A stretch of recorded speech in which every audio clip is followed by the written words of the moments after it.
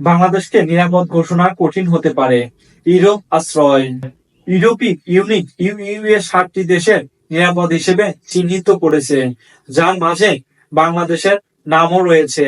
বাংলাদেশ ছাড়া 6টি দেশের মধ্যেই রয়েছেন কসোভো, কম্বোডিয়া, মিশর, ভারত, মরক্কো এবং তিউনিসিয়া। উদ্দেশ্য হিসেবে বলা হচ্ছে এসব দেশ থেকে যাদের ইউরোপে আশ্রয় প্রার্থীদের আবেদন দ্রুত নিষ্পত্তি করা যাবে। ইউরোপীয় কমিশনদের দিক থেকে বলা হয়েছে, গত বছর সিদ্ধান্ত নেয়ার অভিবাসন ও আশ্রয় চুক্তির কিছু দিকের বাস্তবায়ন দ্রুত গতিতেও করার প্রস্তাব করা হচ্ছে, যা 2026 সাল জুন মাস থেকে কার্যকর হওয়ার কথা ছিল। এই 7টি দেশ থেকে যাওয়া নাগরিকদের আবেদনগুলো ব্যর্থ হওয়ার সম্ভাবনা বেশি। এমন ধারণা থেকে তাদের আবেদন 3 মাসের মধ্যে দ্রুত নিষ্পত্তি করা যাবে। ইউরোপ সহ বিশ্বের অনেক দেশের অভিবাসন প্রত্যাশা নিরাপত্তার কারণে দেখিয়ে আশ্রয় প্রার্থনা করেন, যদিও এর মাঝে বড় একটা অংশের আবেদন নাকচ করা হয়। এখন সেই বিষয়টি আরো দ্রুত গতিতে হবে এবং আবেদন নাকচ হলেও তাদের দেশে পাঠানো হবে। অবশ্য ইউরোপীয় কমিশনদের মার্কস লামার্ট বলেছেন, এটি একটি ভয়ানক বা গতিশীল তালিকা হবে, যা সময়ে সময়ে পর্যালোচনা ও সম্প্রসারণ করা যেতে পারে এবং কোনো দেশে নিরাপদ না মানেই হলেও তা স্থগিত বা বাদ দেওয়া যেতে পারে। কেন এই সিদ্ধান্ত? 2015-16 সালে ইউরোপীয় দেশগুলো বিপুল সংখ্যক অধিবাসী প্রবেশের পর থেকে আশ্রয় নীতিতে সংস্কার করার চেষ্টা চলছে।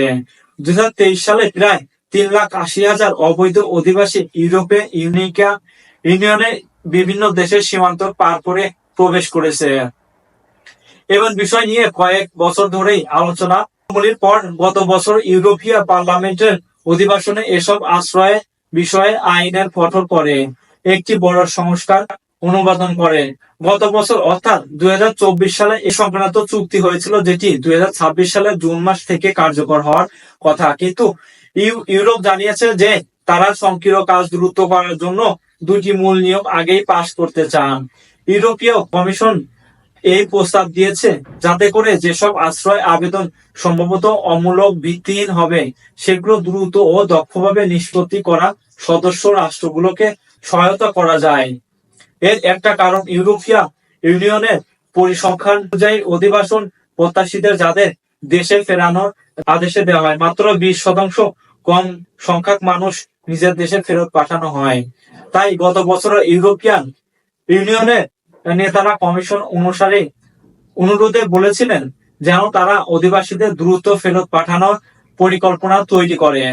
2টি দিক আগে কার্যকর করার কথা বলেছে, সেগুলো হচ্ছে, 1, যেসব দেশে থাকে আবেদনকারীর মধ্যে গড়ে 20% বা এর কম আন্তর্জাতিক সুরক্ষা পায় সেসব দেশের মানুষের জন্য সদস্য রাষ্ট্র সংখ্যক সীমান্ত প্রক্রিয়া বা দ্রুত প্রক্রিয়া ব্যবহার করতে পারে। 2, কিছু ব্যতিক্রম রেখা নিরাপদ তৃতীয় দেশ ও নিরাপদ উৎস দেশ চিহ্নিত করা যাবে, যাতে করে নির্দিষ্ট অঞ্চল বা স্পষ্টভাবে শনাক্তযোগ্য ব্যক্তিদের অভিযোগ বাদ দিয়ে ইউরোপিয়ানদের সদস্য দেশগুলো জানানোর কাজ সহজ করে যায়।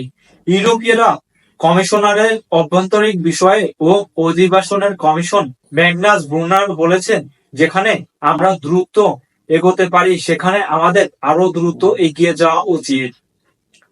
অনেক সদস্য রাষ্ট্র আশ্রয় আবেদনের একটি উল্লেখযোগ্য অংশ জমা করে আটকে রয়েছে, ফলে আমরা আশ্রয়ের সিদ্ধান্ত দ্রুত গতিতে নিতে যেভাবে সহযোগিতা করা সম্ভব তার করাটা অপরিহার্য।